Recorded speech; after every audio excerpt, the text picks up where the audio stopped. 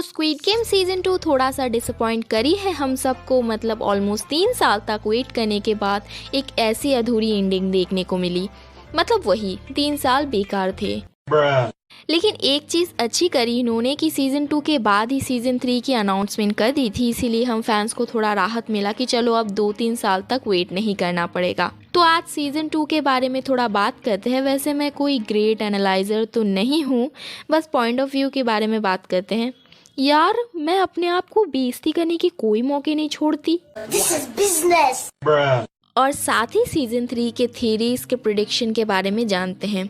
तो मुझे एक बात बताओ, अगर आप एक ऐसी डेडली गेम खेल के और 456 लोगों में से सिर्फ आप ही जिंदा लौट के आते हो और कभी ना ख़त्म होने वाली पैसे भी मिलते हैं, तो कौन गधा वापस जाना चाहेगा? मतलब पहले ही इतने PTSD हो रखे हैं, आपको अब और डेथ्स देखने हैं और आपको उम्मीद भी है कि आप अकेले गेम्स पूरा बंद भी करा सकते हो। मतलब वही अमीर बनने के बाद वाला कॉन्फिडेंस आया है हमारे गिहून में। अरे पैसे मिले हैं, घूमो फिरो ऐश करो, क्या ज़रूरत है उनसे लड़ने की। और एक बात सही है कि किसी को इन्होंने ज़बरदस्ती नहीं खिलाया, सब अपनी मर्ज़ी से आए और बाद में ऑप्शन भी दिया कि कंटिन्यू ना करो। तुम्ही सीज़न 1 पे गेम से निकलने के बाद वापस कंटिन्यू करी और अब उनके VIP बनने के बजाय गेम बंद कराने लग गए। मतलब फ़न तो तुम्हें भी चाहिए ना अपने लाइफ में, जो दोबारा मौत का तमाशा देखने आ गए। Now let's talk about the most chatty character. सबसे ज़्यादा एडिट्स बने सेल्समैन के ऊपर। यार इससे सबसे ज़्यादा दिखाना चाहिए था, लेकिन सिर्फ एक ही एपिसोड, वो भी आधी। अगले एपिसोड पे बंदे को मार ही डाला। इन टोटल 3 एपिसोड दोनों सीजन में। मतलब मोस्ट ऑनेस्ट विलन था, अपने ही गेम पे मर गया बंदा। अगर लाइफ में विलन हो तो ऐसा ही विलन हो, बिल्कुल ऑनेस्ट। लेकिन ऐसा नहीं यार, फ्रंटमैन अपने ही दोस्तों को मार रहा था और गिहून सेम टिक पे दूसरी बार फंस गया बंदा। अगर आप ध्यान से देखो तो सीज़न 1 में जो मिल्क सीन था, जैसे गिहून ने अपने मिल्क अली को दे दिया था ये बोल के कि वो प्लेन मिल्क नहीं पीता, वैसे ही सीज़न 2 में frontman does the same thing and Gi-hun को उसके नाम से पुकारना। उस टाइम लगा था शायद गिहून समझ गया कि समथिंग रॉन्ग, लेकिन नो, मिंगल गेम के टाइम फ्रंटमैन ने ये प्रेडिक्ट किया था कि अगला नंबर क्या होगा, so he was giving hints to Gi-hun all the time, but हमारा हीरो हर बार उसके झांसे में फंसता जा रहा था। और जो हमारी लेडी बॉस थी, शी जस्ट स्लेड। मतलब मुझे उसके पहले झलक से ही लगा था कि प्लेयर 120 का बड़ा रोल होगा। And the most satisfying scene was the slap scene. क्या थप्पड़ मारा है भाई इन्होंने। And her comeback was the best, क्योंकि बाकी लड़के डर के छुप रहे थे, लेकिन उसने ये प्रूव करा कि जेंडर इज़ नथिंग। और देखा जाए तो वो पहले से ही मतलब जो सोसाइटी है उससे हर दिन कहीं ना कहीं फाइट कर ही रही थी। And also she was farmer soldier, तो दिस इज़ सो ऑब्वियस कि वो बैक ऑफ नहीं होती। And I am so happy कि उसे हम सीज़न 3 में भी देख पाएंगे। I know it was just a character और वो एक लड़का है, लेकिन बहुत ही अच्छे से पोर्ट्रेट किया है। Let's move on to my favourite character. So literally he is drug addict. When I said literally, I mean literally. तो पुरानी बातों पे मिट्टी डालते हैं, गलतियाँ तो होती रहती है, लेकिन उसका कमबैक बहुत ही सही था। भले ही वो एक नेगेटिव टाइप का कैरेक्टर था, बट बहुत ही एंटरटेन किया है लोगों को। स्पेशली उसकी जो टाइम पे इंग्लिश लाइंस थी, that was lit. Beauty flower, I'm a legend, Thanos. I like you. Nope. Senorita, excuse me? Of course. You're safe, okay? No problem.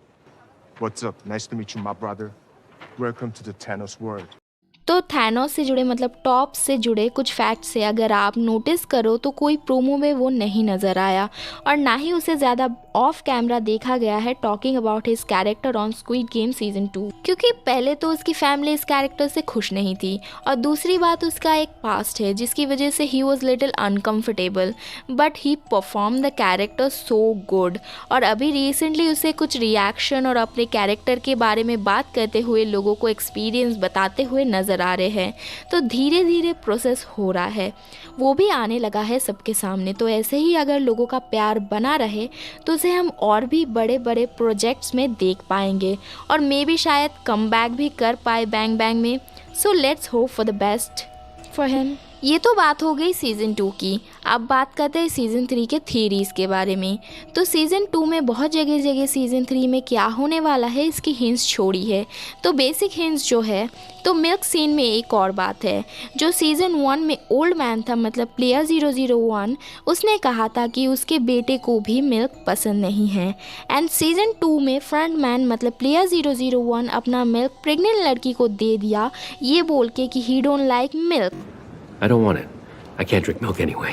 तो यहाँ इसका मतलब ये हो सकता है कि old man is the father of front man, लेकिन यहाँ ऑडियंस को गुमराह करने के लिए भी ये कर सकते हैं, मतलब हमें सोचने पे मजबूर कर दी है उन्होंने।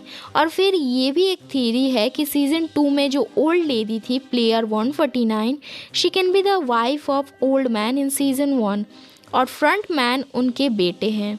और ऐसा भी कहा जा रहा है कि नेक्स्ट फ्रंटमैन हमारा गीहून बनेंगे। तो ऐसा मेरे हिसाब से शायद नहीं हो सकता है, क्योंकि सीज़न 3 ही फाइनल सीज़न होने वाला है। तो ऐसा दिखाएंगे कि गेम्स अभी भी कंटिन्यू है और फ्रंटमैन गीहून है, तो ये भी एक अधूरा एंडिंग होगा जिससे फैंस नाराज़ होंगे। एज मैंशनड, अगर सच में ये सीज़न लास्ट है तो ऐसा नहीं होगा, लेकिन अगर you know what I mean, तो कुछ भी हो सकता है। और इस बार शायद हम फ्रंट मैन के पास्ट को देख पाएंगे कि कैसे वो फ्रंट मैन बना, जबकि वो एक प्लेयर था और विनर भी रह चुका है। तो सीज़न 3 हमें बहुत ज़्यादा रुलाने वाली है और बाद में शायद वो सच में गीहून की मदद भी करे ये सारे गेम्स बंद कराने में। एक और थ्योरी है कि सीज़न 1 की जो प्लेयर 67 थी, कांग से बियोक या जो भी नाम था, वो सीज़न 2 की गार्ड कांग नियोयूल जो भी नाम है, उनकी बहन हो सकती है, क्योंकि वो दोनों नॉर्थ कोरिया से है और उनके नाम कांग जो सिमिलर है, ऊपर से उनके नाम के मतलब सनराइज़ और सनसेट है। तो बहुत सारे सिमिलरिटीज़ उनको एक दूसरे से रिलेट करती है। And one more last thing, तो सीज़न 1 आज भी बेस्ट है, क्योंकि वो सीज़न गेम्स में आगे थी और बहुत ही ज़्यादा इमोशनल सीज़न था। वही आप सीज़न 2 देखो तो इसमें इमोशंस की जगह हमारे दिमाग के साथ खेला गया है और सीज़न 3 में क्या हो सकता है इसी बारे में सोचने के लिए छोड़ दिया है। और सीज़न 3 फिर से इमोशनल होगा बिकॉज इट्स अ एंड, तो ऑब्वियसली। तो ये सारे थे छोटे छोटे हिंट्स और थीरीज़, लेकिन ज़्यादा बात नहीं करते हैं, क्योंकि अगर मैंने कुछ ज़्यादा ही सही प्रिडिक्ट कर दिया तो पूरा मज़ा बेकार हो जाएगा। दो बोर हो चुके हुए बिलियनर्स गरीबों को मौत का खेल खेलते हुए देख के कितने खुश हो रहे हैं।